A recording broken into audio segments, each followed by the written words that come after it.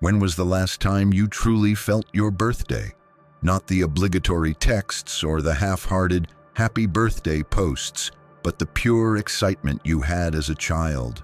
That rush of joy, that feeling of being special, even if only for a day.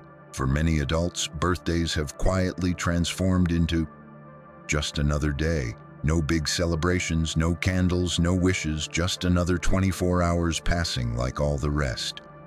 But what if this quiet indifference isn't simply apathy? What if it's a story, a psychological defense, written deep within us? When we were children, birthdays felt magical. It was the one day the world seemed to pause, to notice us. But somewhere along the way, that magic faded.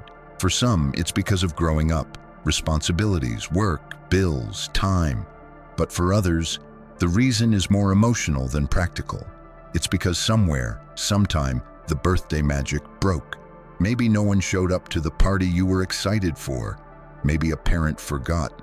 Maybe every year became a reminder of disappointment, of people who didn't care as much as you hoped. So you learned something subtle but powerful. If I don't expect anything, I can't be hurt. And slowly, you stopped celebrating. Not because you didn't want to, but because you wanted to protect yourself. This is emotional self-protection, the mind's way of keeping the heart safe. If you're not already a part of the family, make sure you're subscribed. Most of you watching now do not even know you're not subscribed. So look down below the button's red, hit that subscribe button, and make sure to give this video a thumbs up. I'd really appreciate it.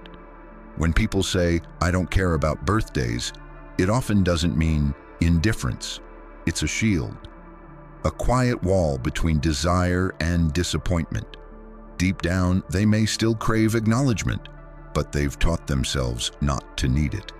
It's the same mechanism behind so many adult patterns. Downplaying our achievements, brushing off compliments, or acting like connection doesn't matter. It's not that we don't feel, it's that feeling deeply became unsafe. Birthdays, whether we like them or not, are emotional mirrors. They reflect our relationship with time, with self-worth, and with others. They're checkpoints that quietly ask, how do you feel about where you are in life? How do you feel about being seen? And who, if anyone, do you allow to see you truly? For some, that reflection is uncomfortable.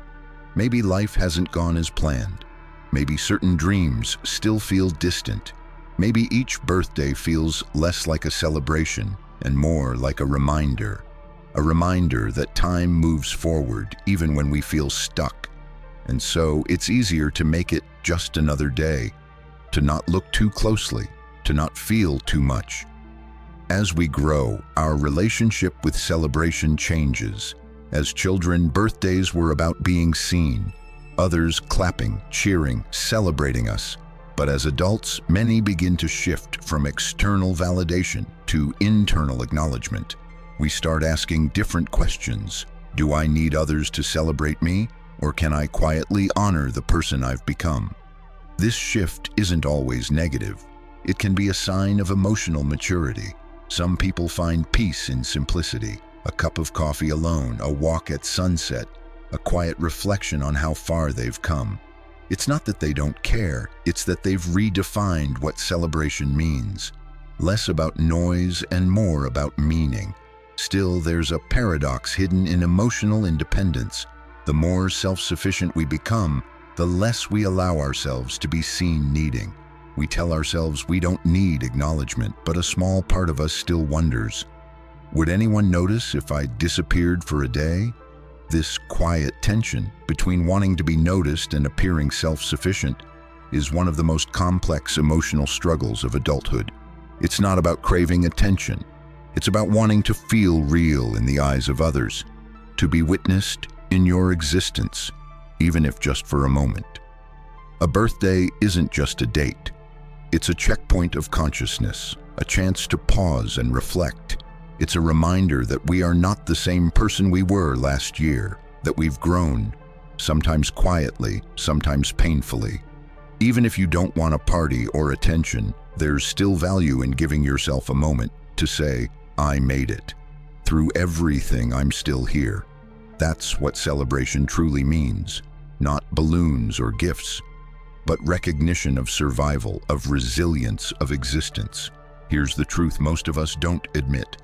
Even when we say birthdays don't matter, some part of us still checks the phone just to see if anyone remembered, because deep down we all want to be seen, not as someone achieving or performing, but simply as someone who matters. That's what birthdays used to give us as children, a pure sense of being loved for existing. But give yourself permission to feel something, to light a candle, to write a letter to your younger self, to say, you made it another year, and that's enough. Reclaim your birthday not as an obligation, but as a ritual, a small act of presence. You don't have to be loud to be meaningful. Sometimes the quietest celebrations are the most honest. Treating your birthday like a normal day doesn't make you ungrateful or cold. It just means you've learned to find meaning in silence. But perhaps deep inside, a small part of you still wishes to be celebrated, not with noise, but with understanding. And maybe that's all any of us really want: to be seen, to be remembered, to be loved, quietly, for simply being here.